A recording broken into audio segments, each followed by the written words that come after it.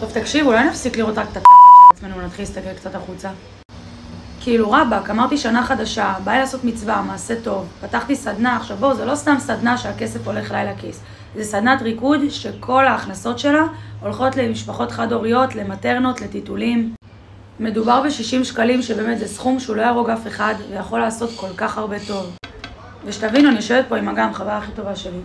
אנחנו כל היום עושות פוסטים, פתחתי גם תיבות פייבוקס, אמרתי שיהיה לכם הכי נוח בעולם שבלחיצת כפתור תוכלו לעשות את המצווה הזאת, שחס בכלל לא תצטרכו לעבוד קשה מדי. תקשיבו, עכשיו היה לי ויז'ן בראש, אמרתי הולך להיות לזה הענות מטורפת, ווואלה, כלום.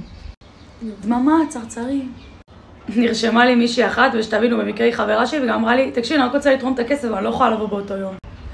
וגם זה הדגשתי, שגם יש אנשים שלא באמת רוצים לבוא לרקוד וזה בסדר, אני הכי מבינה. גם סתם להשאיר את התרומה הזאת, גם מאוד יכול לעזור. תקשיבו, ואני לא באה למכור לכם חרטות, מהר להירשם, מספר מקומות מוגבל, אני אומרת לכם, הכי תכל'ס, בלי חרטות. אם לא תירשמו, אנחנו פשוט נסגור את הסדנאות, וחבל.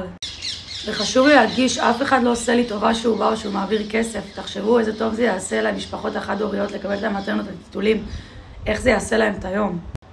בקיצור, אני לא רוצה לחפור יותר מדי, אני לא רוצה להתחנן לאנשים לתרום. כל הפרטים להרשמה נמצאים בהיילייט שלי באינסטגרם.